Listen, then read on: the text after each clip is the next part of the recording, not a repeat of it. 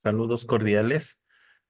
Vamos a dar inicio a una nueva clase de este módulo de agroecología, en donde vamos a comprender el manejo nutricional de los sistemas productivos agroecológicos. Entonces, eh, este es un tema muy importante porque comprenderemos cómo es que nosotros logramos implementar sistemas de nutrición vegetal que deben ser eficientes, que deben cumplir las necesidades de las plantas para que el sistema productivo sea muy productivo. Vamos a iniciar, por favor.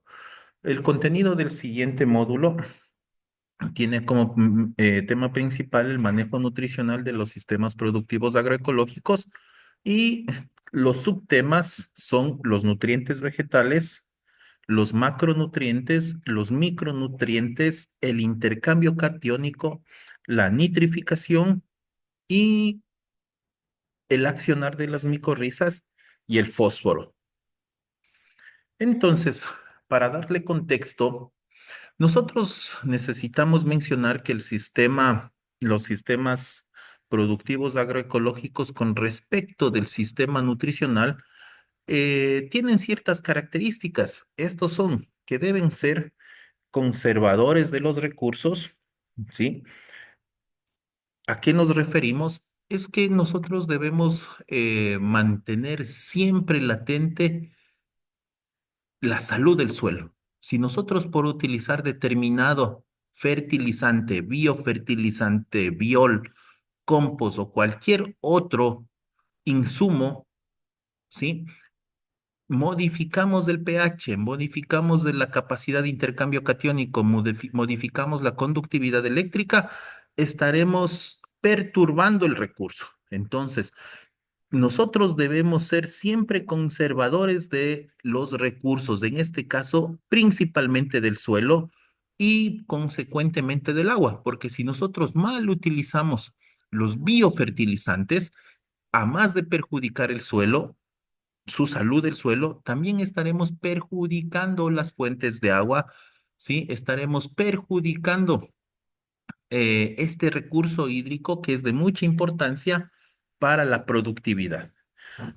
Otra de las características es que somos en el sistema agroecológico biodiversos. Entonces, no es lo mismo fertilizar o manejar la nutrición de un monocultivo, en este caso maíz, ¿sí? Que manejar una granja con gran cantidad de cultivos, con gran cantidad de especies vegetales que pueden ser de ciclo corto, que pueden ser de ciclo perenne. Entonces se vuelve un proceso más complejo y por eso tiene que ser flexible. Entonces, nosotros utilizamos una estrategia extremadamente importante para cumplir este gran reto, ¿sí? Es que debemos ser eficientes con el uso de la energía, ¿sí? ¿A qué nos referimos con energía?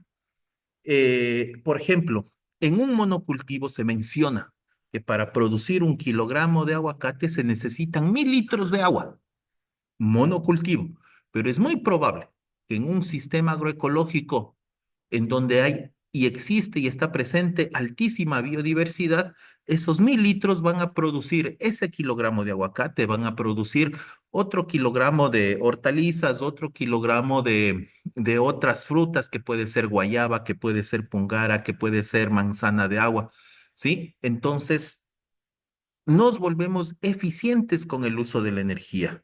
Y lo más importante es que el gran secreto para manejar estos ecosistemas altamente biodiversos es aumentando el reciclaje de la materia orgánica, ¿sí? Aumentando el reciclaje de la biomasa.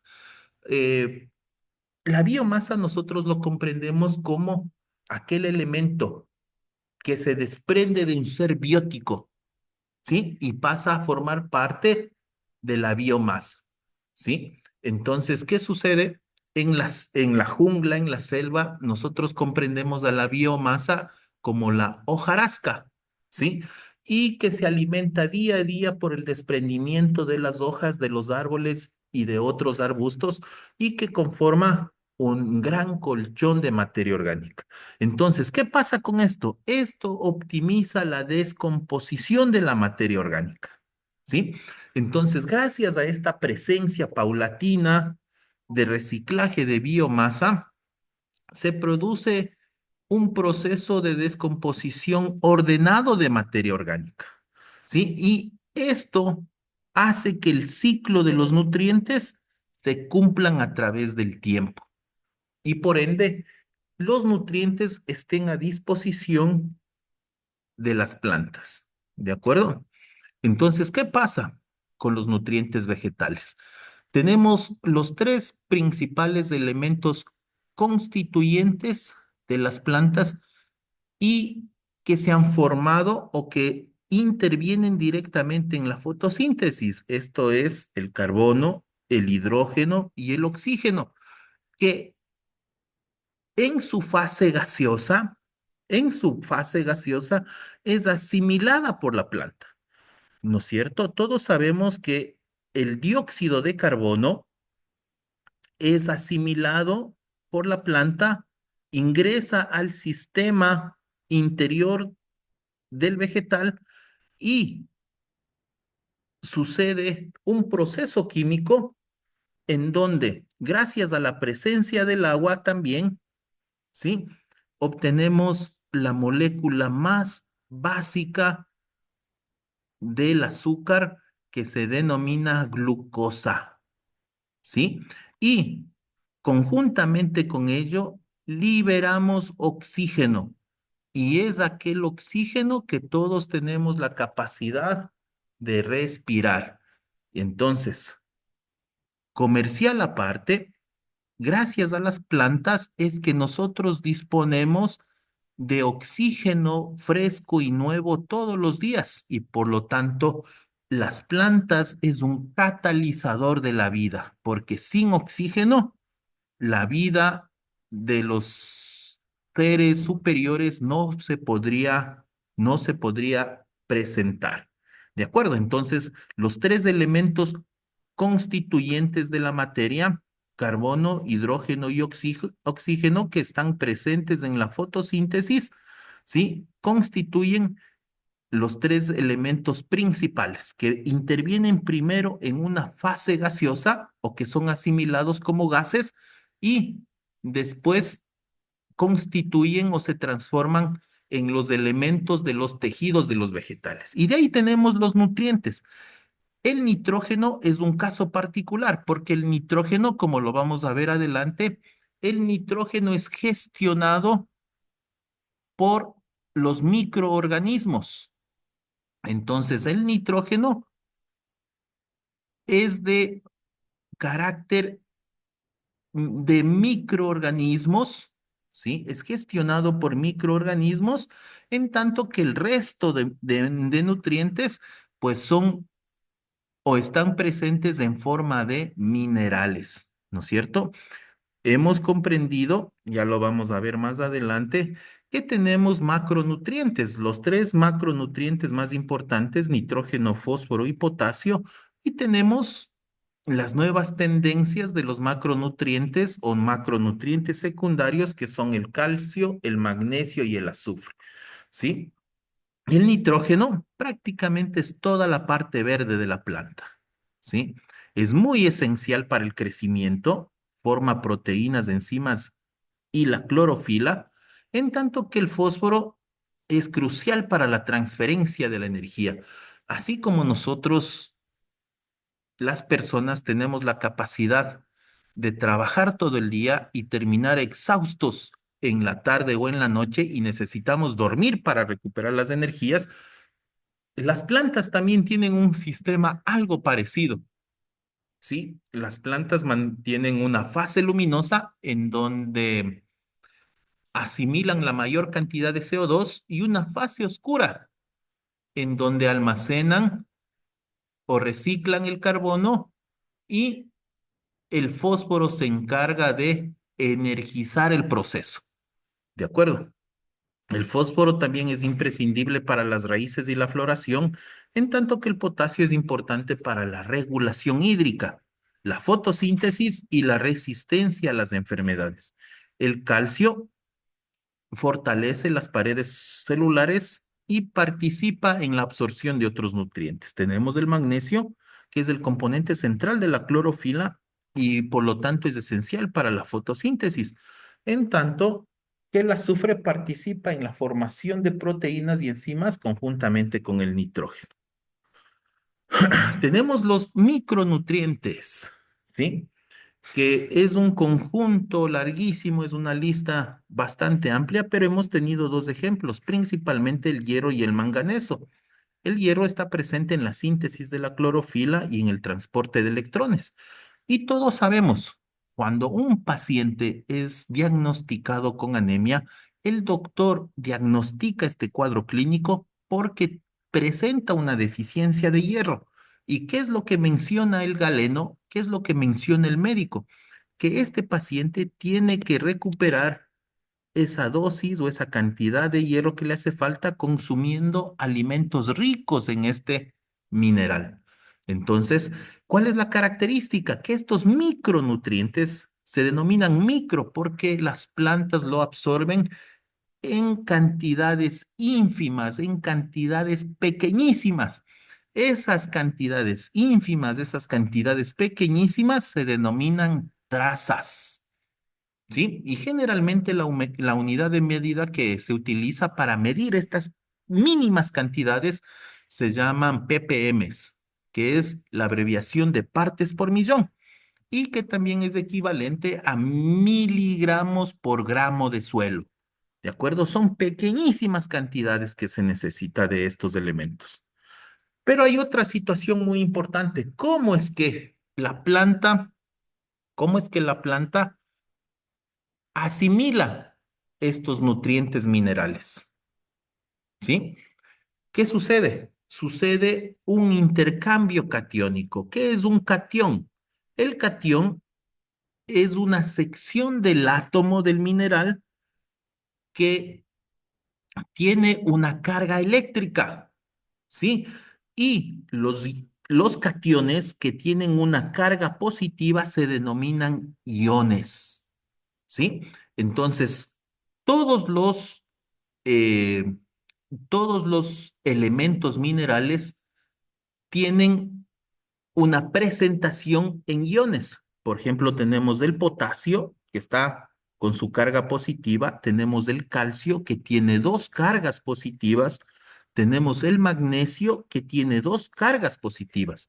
Entonces, es, esta circunstancia o estos iones se intercambian debido a que la planta libera iones de hidrógeno,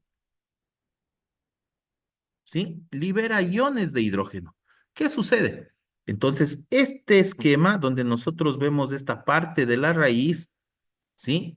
Estas células alargadas se denominan pelos absorbentes y por el otro lado nosotros vemos unas partículas de arcilla y vemos los iones a continuación.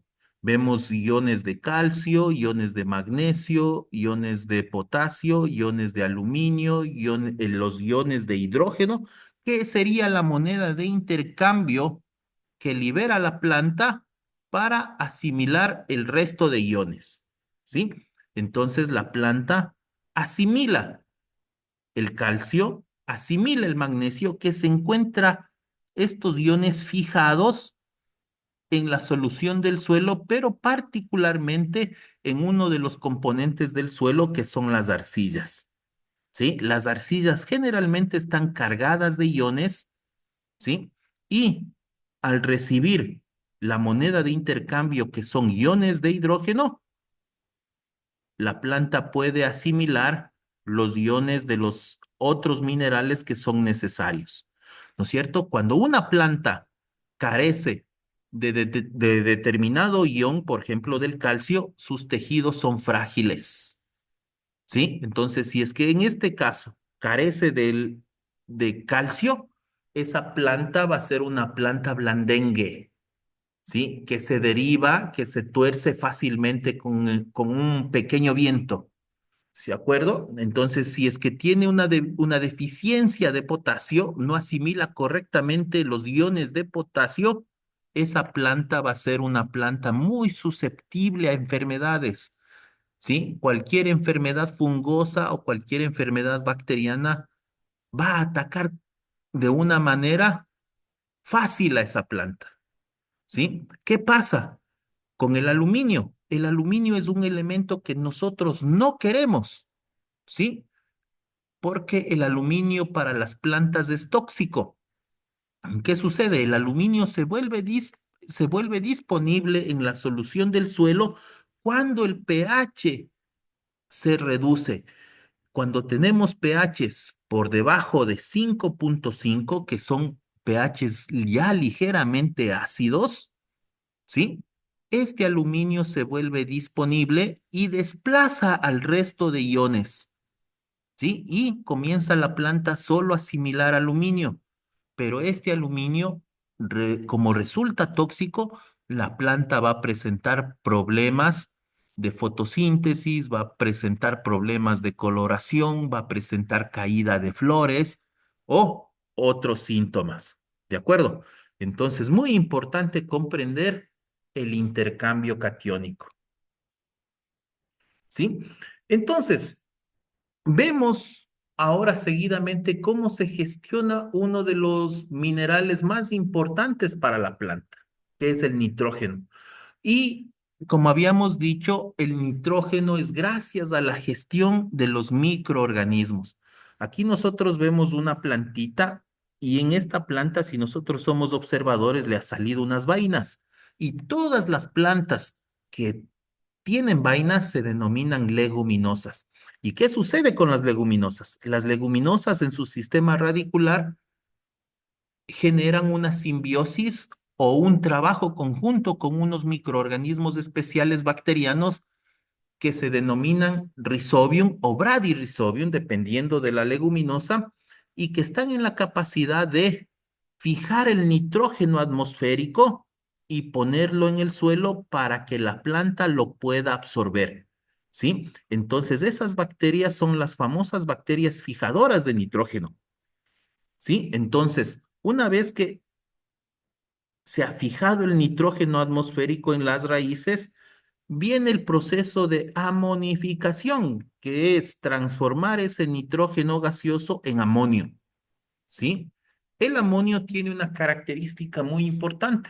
El amonio es muy volátil, ¿sí? Creo que todos, ojalá hayamos tenido la experiencia de trabajar con urea, ¿sí? La urea es un recurso o un fertilizante químico, fuente de nitrógeno, pero cuando nos olvidamos del saco de urea abierto, usted va a ver que rápidamente la urea se volatiliza, porque ese nitrógeno es principalmente un nitrógeno amoniacal, se volatiliza. Pero para que no se volatilice, no se pierda, entra una segunda fase de la nitrificación que es la acción de las bacterias nitrificantes para transformar este amonio en nitritos y nitratos, ¿sí? Y esta forma, ¿sí? O esta constitución química del nitrógeno hace que sea asimilable para las plantas, hace que las plantas asimilen gran cantidad de nitrógeno. Entonces, es muy importante. Gracias a la presencia, aquí una parte importante en la parte central, los famosos descomponedores, porque vemos un animalito que nos entrega su materia orgánica, nos entrega su abono. Una vez que su abono está en el suelo, los descomponedores, principalmente bacterias y hongos, transformarán esa materia orgánica o ese nitrógeno disponible en materia orgánica, lo transformará en amonio y seguirá la ruta de la nitrificación, transformándose en nitritos y nitratos para que la planta lo pueda asimilar. ¿De acuerdo? El ciclo del nitrógeno. Y para finalizar, tenemos cómo otro microorganismo benéfico favorece la asimilación de uno de los minerales más complejos. Ese mineral más complejo es el fósforo, ¿sí? Entonces, el fósforo es mantiene características muy importantes, ¿sí? Es poco móvil, es poco dinámico, ¿de acuerdo? Entonces, ¿qué sucede? ¿Qué son las micorrizas? Las micorrizas es un microorganismo, es un hongo, ¿sí? Es un hongo que trabaja en asociación con la raíz del cultivo. Y nosotros hacemos estudios aquí en Iquian de cómo estos hongos invaden las raíces, las colonizan y trabajan en simbiosis. Simbiosis quiere decir que trabajan en equipo, hacen una asociación ganar-ganar. ¿De acuerdo? Entonces, una vez que invaden, ¿sí? Se vuelven aliados. Y una vez que son aliados, una parte constituyente de un hongo siempre va a ser las hifas, ¿sí? Las hifas en un hongo es lo que son las raíces en una planta. Entonces, ¿qué sucede?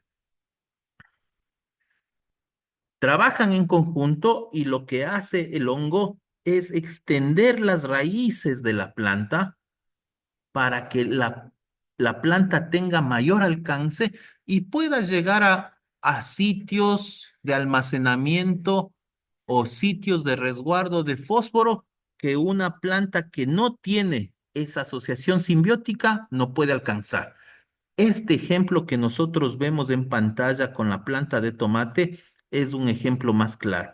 Vemos cómo una raíz en donde no está trabajando en simbiosis, ¿sí? Se queda pequeña su cuerpo radicular y su tamaño y productividad también se ven muy disminuidos. Pero cuando gestionamos el trabajo conjunto con simbiosis, el sistema radicular se amplía, mejora la absorción de agua y la absorción de otros nutrientes, pero principalmente el fósforo.